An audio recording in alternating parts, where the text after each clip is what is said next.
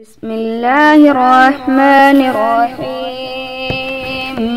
الرحمن علم القرآن خلق الإنسان علمه البيان.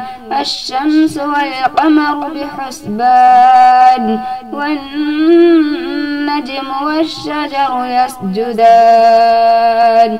والسماء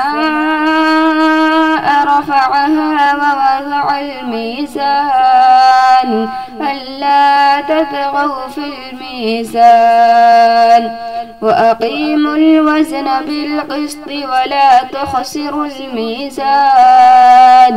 والأرض وضعها للأنام فيها فاكهة والنخل ذات الأكمام والحب ذو العصف والريحان. فبأي آلاء ربكما تكذبان؟ خلق الإنسان من صلصال كالفخار وخلق الجان من مارج من نار.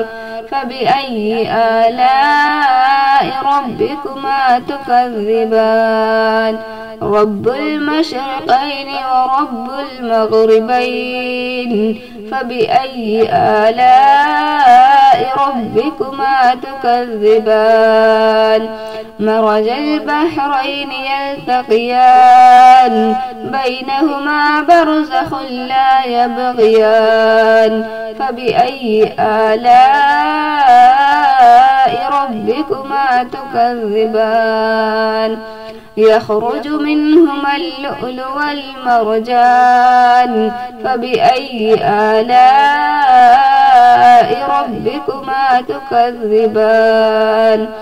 وله الجوار المنشآت في البحر كالأعلام. فبأي آلاء ربكما تكذبان؟ كل من عليها فان ويبقى وجه ربك ذو الجلال والإكرام. فبأي آلاء ربكما تكذبان؟ يسأله من في السماوات والأرض كل يوم هو في شأن. فبأي آلاء ربكما تكذبان؟ سنفرغ لكم أيها الثقلان. فبأي آلاء ربكما تكذبان؟ يا معشر الجن والإنس إن استطعتم أن تنفذوا من أقطار السماوات والأرض فانفذوا لا تنفذون إلا بسلطان. فبأي آلاء ربكما تكذبان؟ يرسل عليكما شواظ من نار ونحاس فلا تنتصران. فبأي آلاء ربكما تكذبان؟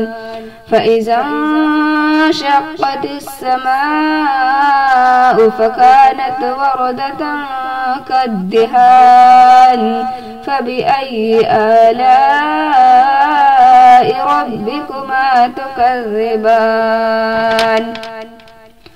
فيومئذ لا يسأل عن ذنبه إنس ولا جان.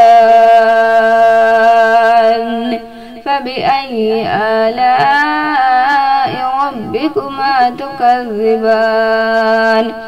يعرف المجرمون بسيماهم فيؤخذ بالنواصي والأقدام. فبأي آلاء ربكما ربكما تكذبان هذه جهنم التي يكذب بها المجرمون يطوفون بينها وبين حميم آن فبأي آلاء ربكما تكذبان ولمن خاف مقام ربه جنتان فبأي آلاء ربكما تكذبان ذواتا أفنان فبأي آلاء ربكما تكذبان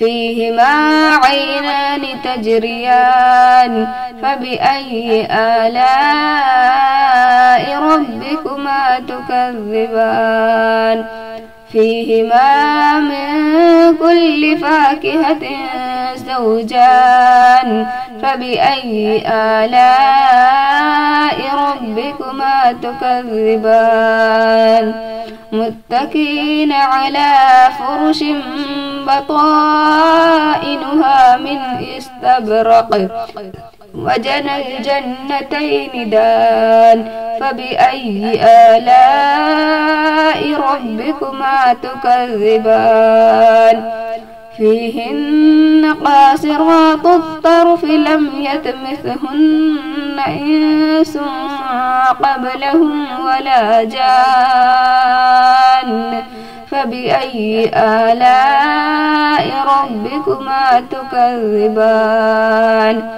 كأنهن الياقوت والمرجان فبأي آلاء ربكما تكذبان هل جزاء الإحسان إلا الإحسان فبأي آلاء ربكما تكذبان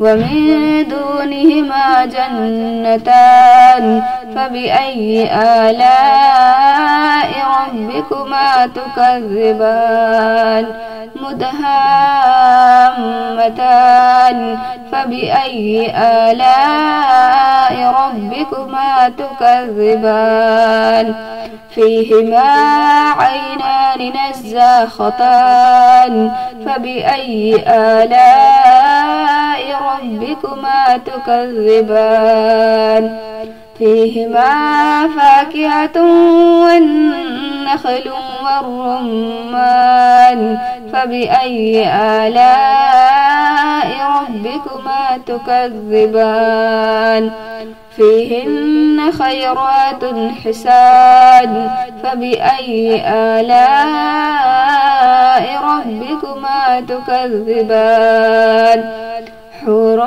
مقصورات في الخيام فبأي آلاء ربكما تكذبان لم يطمثهن إنس قبلهم ولا جان فبأي آلاء ربكما تكذبان متكئين على رفرف خضر وعبقري حسان فبأي آلاء ربكما تكذبان تبارك اسم ربك ذي الجلال والإكرام.